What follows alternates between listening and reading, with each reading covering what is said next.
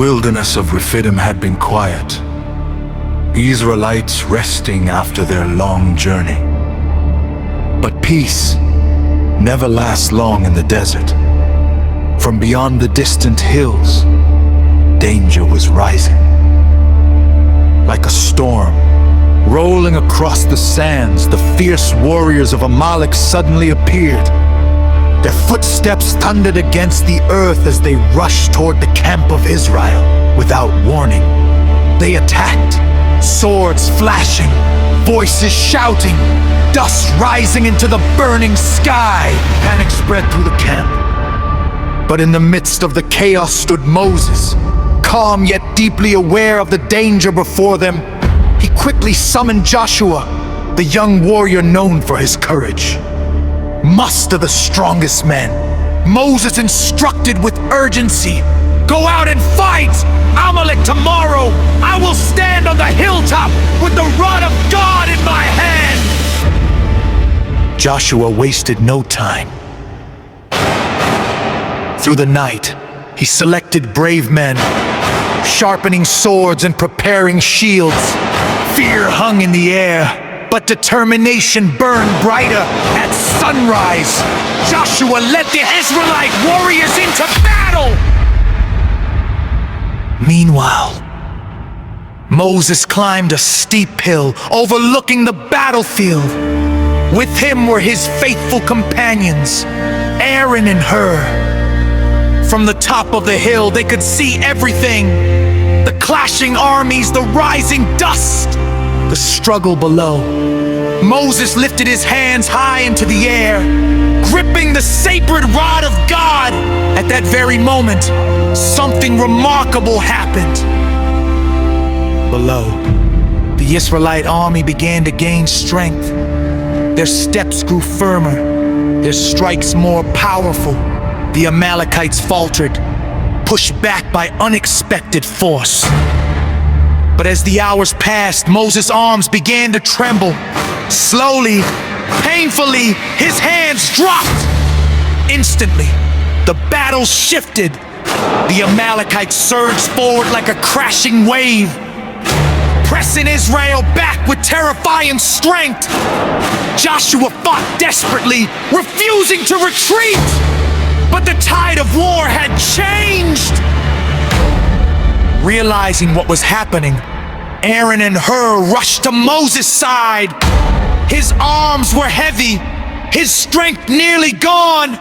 Without hesitation, they placed a large stone beneath him and helped him sit.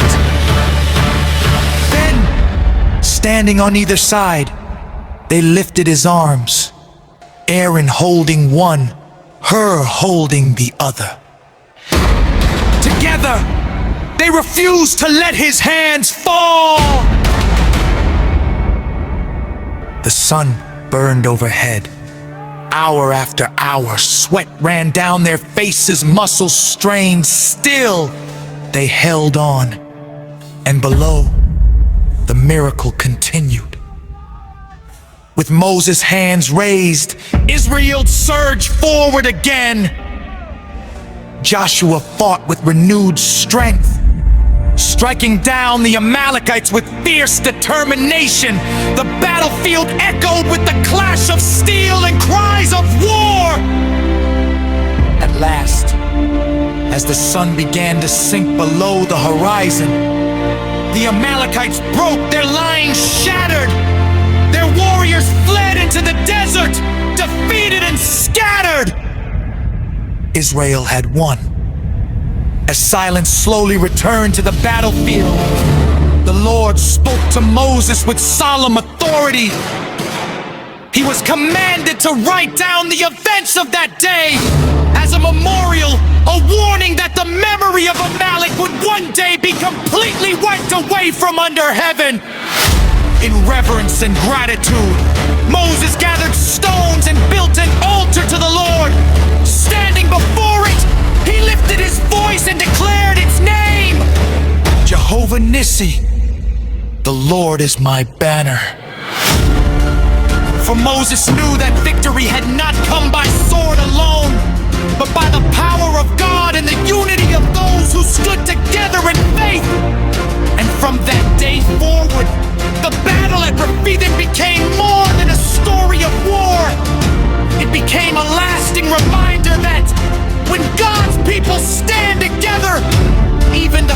fiercest enemy cannot prevail.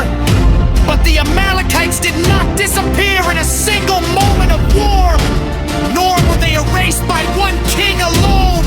Their downfall was the result of a long-standing decree spoken in the presence of God. From generation to generation, the curse of opposition against Israel followed them. Though they struck Israel in moments of weakness, their victories were never lasting.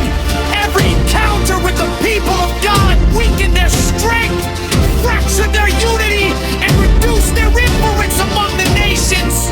King Saul struck the first great blow against them, but his disobedience left their destruction incomplete.